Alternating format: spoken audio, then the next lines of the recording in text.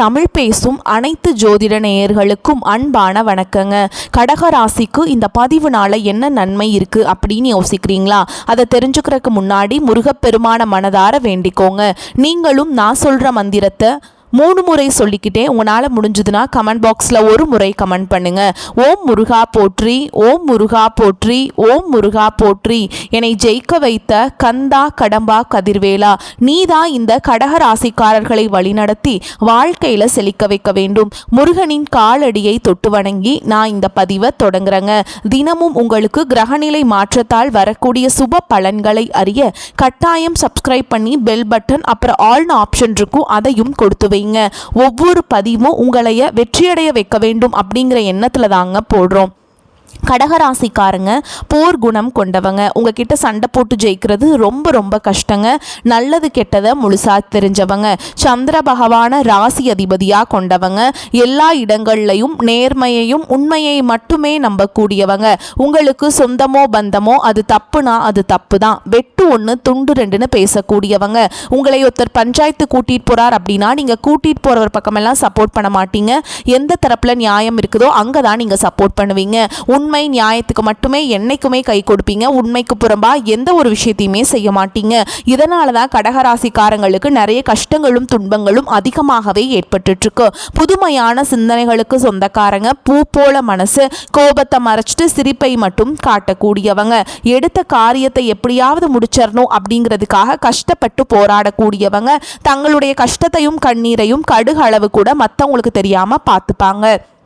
இதனால் பார்க்குறவங்க எல்லாருமே கடகராசியா இவங்களுக்கு என்னப்பா சூப்பராக இருக்காங்க, இவங்களுக்கு என்ன குறைச்சல் அப்படின்னு தான் நினச்சிட்ருக்காங்க. ஆனால் சாப்பாட்டுக்கு கூட கஷ்டப்படுறது உங்களுக்கு மட்டும்தாங்க தெரியும். கஷ்ட காலத்தில் திரும்பி பார்க்க கூட ஆள் கிடையாது. ஏதோ தட்டு தடுமாறி எந்திரிச்சு நிற்கிறப்போ உங்களை குறை சொல்கிறதுக்குன்னே நிறைய பேர் தேடி வருவாங்க. உங்கள் சொந்தக்காரங்க நண்பர்களுக்கு ஒரு தேவை இருக்குதுன்னா மட்டும்தான் உங்ககிட்ட வருவாங்க. அந்த தேவை முடிஞ்ச உடனே உங்களை தூக்கி போட்டுருவாங்க. மறுபடியும் அவங்க வந்து உங்ககிட்ட உதவின்னு கேட்பாங்க. அவங்க உங்களுக்கு முன்னாடி பண்ண துரோகத்தை எல்லாமே மறந்துட்டு மீண்டும் அவங்களுக்காக உதவி செஞ்சு ஏமாறக்கூடியவங்க தான் நீங்க. வாழ்க்கையில எப்படியாவது முன்னேறணும் அப்படிங்கிறதுக்காக தினம் தினம் கஷ்டப்பட்டு உழைக்கிறவங்க தான் கடகராசிக்காரங்க. கடந்த காலகட்டங்களில் தங்களுடைய வாழ்க்கையில நீங்க நல்லது நடக்க போகுதுன்னு நினைச்சிட்டு இருந்திருப்பீங்க. ஆனா உங்களுக்கு அந்த டைம்ல ஒரு மிகப்பெரிய ஏமாற்றம் தான். இந்த அஷ்டமத்து சனி மூலமாக நிறைய கஷ்டங்களும் துன்பங்களும் மட்டுமே கடந்த காலகட்டங்களில் பெரும்பாலும் சந்திச்சிருப்பீங்க. கடந்த காலகட்டங்களில் சொந்த பந்தத்தை இழந்தீங்க, சொத்துக்களை இழந்தீங்க, தங்களுக்கு நெருக்கமா இருக்கக்கூடிய உறவுகளையுமே இழந்தீங்க. கடைசியா நான் மட்டும்தான் எல்லாத்தையுமே இழந்துட்டு நிக்கிறதா இருக்குது, எனக்கு உயிர் வாழவே பிடிக்கலன்னு சொல்லிட்டு இருக்கீங்க. இதுக்கு மேல என்னால வாழவே முடியல சாமி, தயவு செஞ்சு என்னை வந்து உன் கூடையே கூட்டிட்டு போயிரு. நான் இவ்வளவு கஷ்டப்பட்டதுக்கு அப்புறம் எனக்கு வாழ்க்கையில வாழணுங்கிற எண்ணம் சுத்தமாவே போயிருச்சு. உங்க மனசுல கவலையும் துன்பமும் தான் அதிகமாகவே இருக்குதுங்க.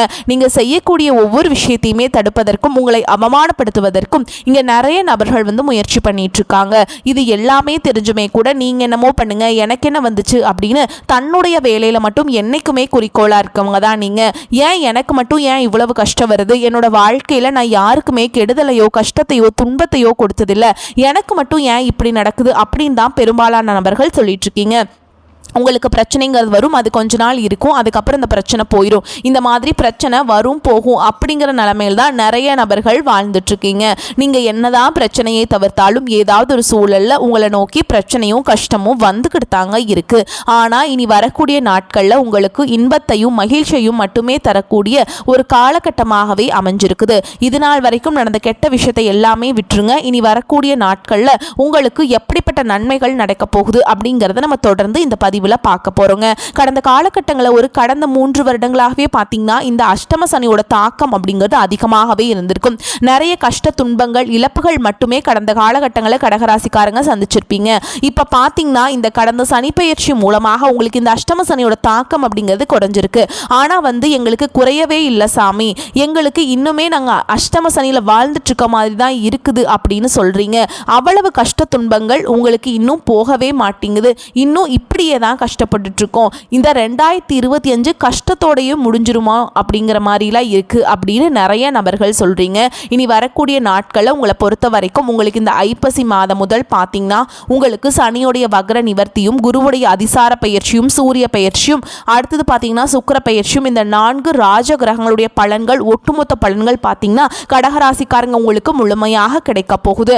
அதில் முதலாவதாக பார்த்தீங்கன்னா இத்தனை நாட்களாக மைனஸாக மட்டுமே உங்கள் வாழ்க்கையில் செயல்பட்டு கொண்டிருந்த சனி பகவான் இனி வரக்கூடிய ஒரு 6 மாத காலகட்டங்களுக்கு முழுவதுமாகவே ப்ளஸ்ஸாக மட்டுமே செயல்பட போகிறார். அதுதான் இந்த சனியுடைய வக்ர நிவர்த்தி. இதன் மூலமாக கடந்த காலகட்டங்களில் சனி பகவான் மூலமாக உங்கள் ராசியில் நீங்கள் எதையெல்லாமே இழந்துட்டு கஷ்டப்பட்டு வருத்தப்பட்டு இருக்கீங்களோ அது அனைத்தும் பெறக்கூடிய ஒரு காலகட்டமாகவே பார்க்கப்படுது. அடுத்ததாக பார்த்தீங்கன்னா குருவுடைய அதிசார பயிற்சி. ஏன்னா இந்த மார்ச் மாதத்துக்கு அப்புறம் பார்த்தீங்கன்னா ஏப்ரல் மாதத்தில் உங்களுக்கு பார்த்தீங்கன்னா குரு பயிற்சியானது ஸ்டார்ட் ஆச்சு.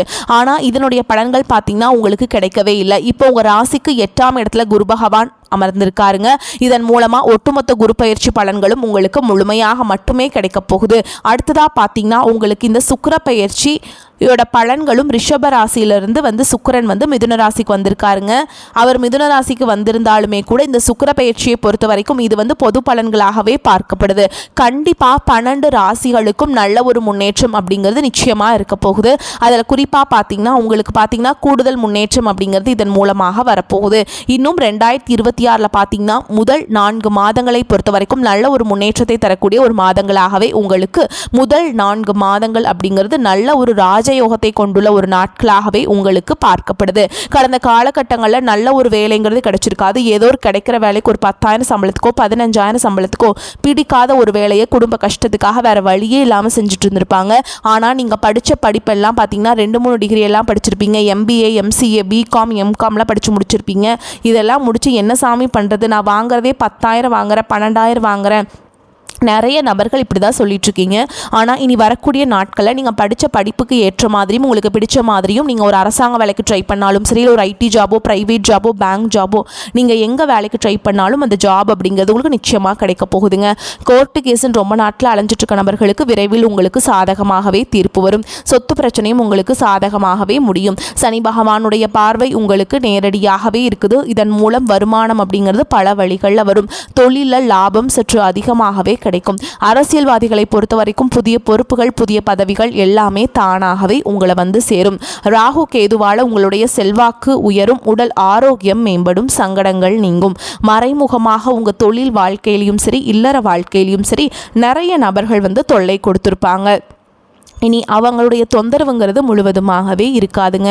கடந்த காலகட்டங்களில் நீங்களும் ஒரு கம்பெனியில் இரவு பகல் பார்க்காம உழைச்சிட்டு இருந்திருப்பீங்க. உங்களுடைய சொந்த கம்பெனியாக நினச்சி வேலை செஞ்சுருப்பீங்க. ஆனால் உங்களுக்கு சரியான ஒரு அங்கீகாரம் அப்படிங்கிறது கிடச்சிருக்காது. உங்கள் கூடையோ இல்லை உங்களுக்கு அப்புறமோ கூட நிறைய நபர்கள் வேலைக்கு வந்திருப்பாங்க.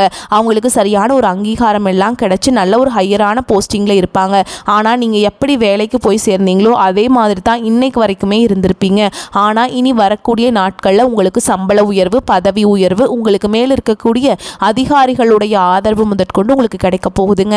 இனி உங்கள் வார்த்தைக்கு மதிப்பு மரியாதை கிடைக்கும். அந்தஸ்தில் நீங்கள் எதிர்பார்த்த உயர்வுக்கு போக போகிறீங்க.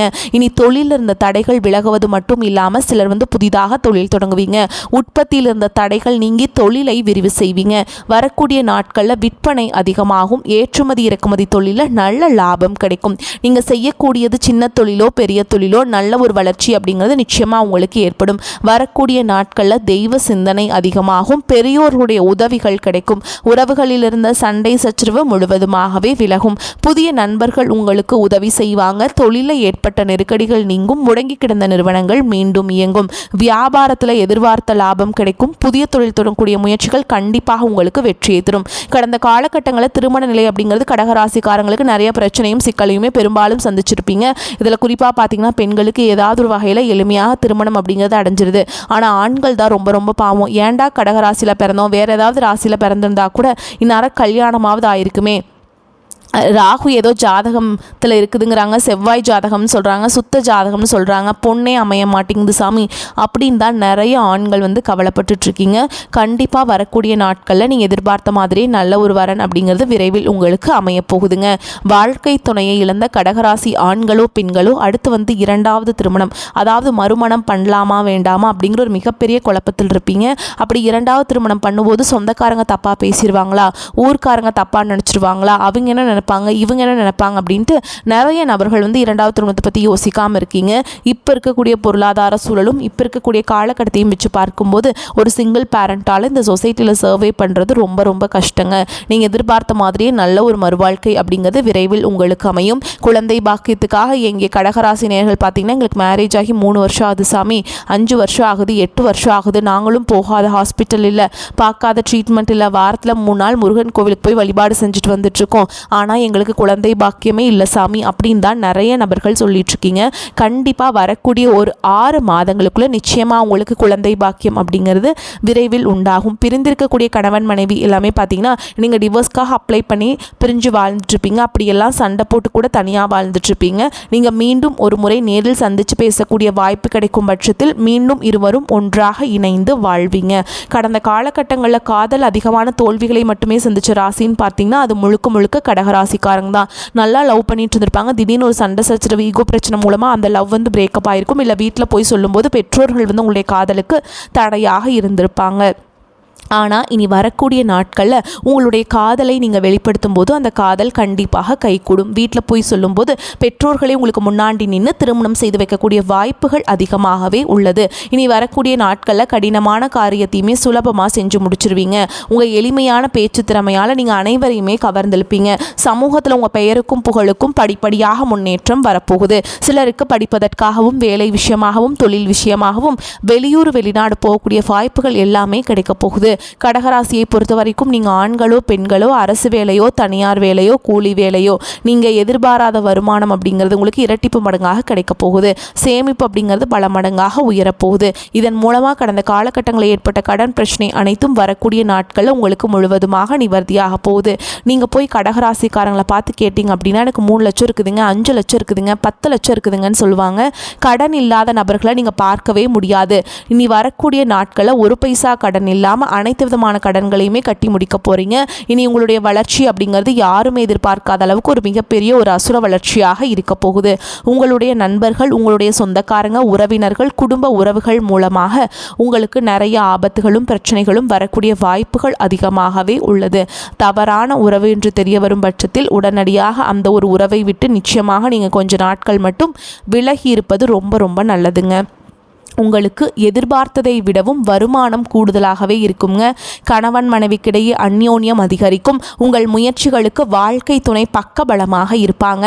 பிள்ளைகளால் பெருமைகள் உண்டாகும். சிலருக்கு உறவினர்களால் சங்கடங்கள் ஏற்பட்டாலும் பாதிப்பு எதுவும் இருக்காது.